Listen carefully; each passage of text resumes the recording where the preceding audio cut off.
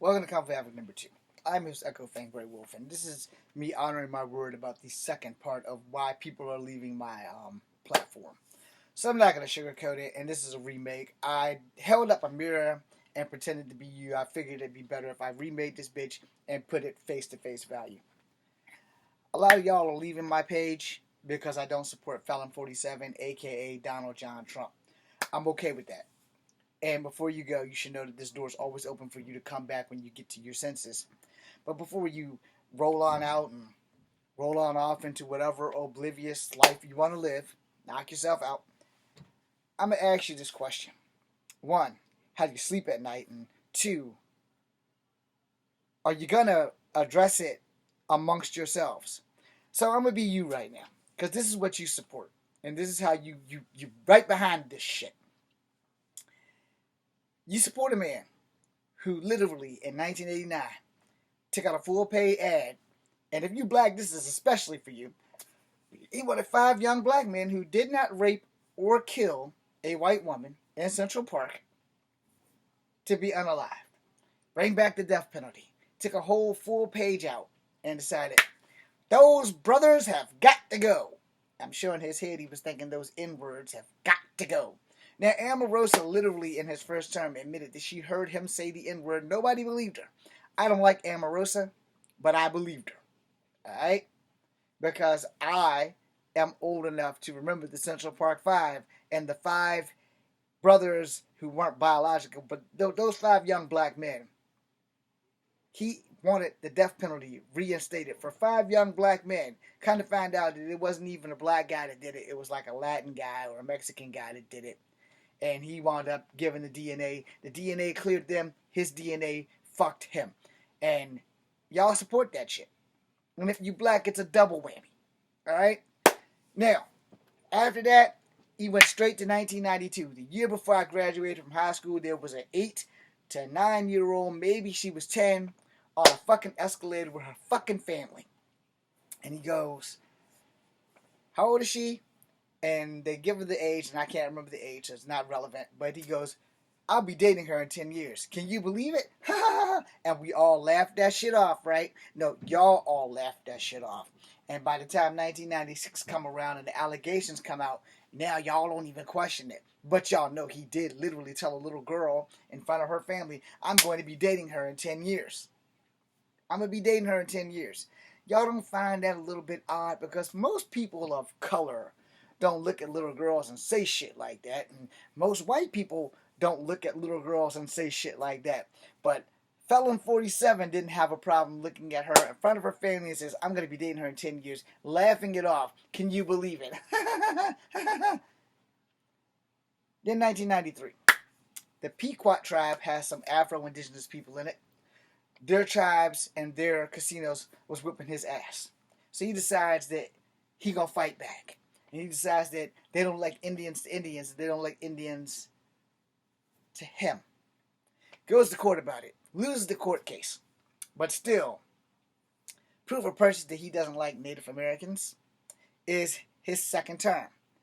First 3 things he did was go after Native American citizenship. So if you're Native, this is important to you. Especially if you voted for this ass fucker, but you want to leave my page. I'm part Native.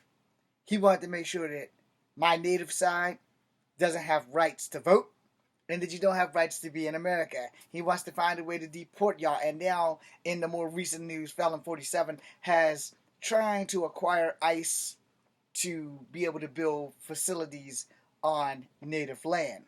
And as of that also, at one point at one time, some natives got hemmed up in Minnesota, and he was trying to blackmail the tribes to let these natives go. You got to let us on your property. But hey, y'all voting for a man who has no moral compass. Now let's swing it on back around to a more recent era, besides what I just said. Let's see. 1996. This takes you back to 1992 because that was only 4 years away from him going into young girls who were between the ages of 14 and 19. And granted, before anybody says yes, 18 and 19 legally makes them women, but they're in a teenage beauty pageant. Teenage. Ages from 14 to 19, which means there are a couple of grown women there that ain't grown. They're legally grown, but they're still teenagers. But the ones under are the ones that made the complaints. He would just walk in when they ain't even had their fucking tops on. And y'all don't think to go back to 1992 where he looks at an 8 or a 10-year-old girl talking about something, he's going to be dating her in 10 years? Trump ain't stupid, y'all. He wouldn't have said that to anybody Asian, anybody Mexican, or anybody black. Because they would have beat the dog shit out of him on that fucking escalator. They would have caught that charge for their kid. But unfortunately, he did speak that to some white people who either have a really fucked up loyalty to him or afraid or whatever. Let me have been that white man. And I said this before on TikTok, and I'll say that shit right here again. Let me have been that white man. 35-year-old man come to my daughter talking about something. I'm going to be dating her in 10 years. No, the only thing you can be dating is my motherfucking fist and that goddamn floor. And that dude could have saved us a lot of problems. Barron probably wouldn't exist, but that ain't my problem. That would be Barron's problem. And he could have just threw that dude a beating right then and there. He won't no president. He ain't had no motherfucking protection. And his ass would have got dropped. And had he said that to a man of color, Felon 47 wouldn't be here today. Because somebody would have beat that motherfucker halfway to hell. But yet, because it was a white-on-white crime, nobody did anything. They just laughed that shit off. Yeah, white-on-white crime. I said what the fuck I said. Now we bring you back up to speed. Epstein list. Motherfuckers all over it. His little secretary, Kim Blondie, whatever the fuck her name is, doing everything she can to stop that shit. This is why y'all are leaving my page. Because I don't support that fucking bullshit. The man is a rapist. Excuse me. I ain't on TikTok. The man's a motherfucking rapist. The man is a child molester. And the motherfucker is on the Epstein list. He don't like fucking black people. He don't like Muslim people. He don't like Native American people. Where y'all think I fall in on that?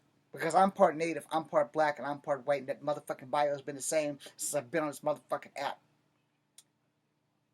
Y'all don't support me because I don't support that shit. Well, fuck me for having a fucking moral compass. You own it. You voted for him. You support it. You own it. And when it's your 14-year-old girl, whether it be him, whether it be Barron, whether it be fucking Vance or Pete Hegseth, and they catch your kids by themselves, and they're diddling them with their fingers, don't you fucking say a word. Don't you fucking say a word. Because we all tried to warn you. We all tried to tell you. And worse than that, if you're in the alphabet community and you voted for this motherfucker, you stabbed yourself in the foot because he ain't like y'all in the first goddamn term.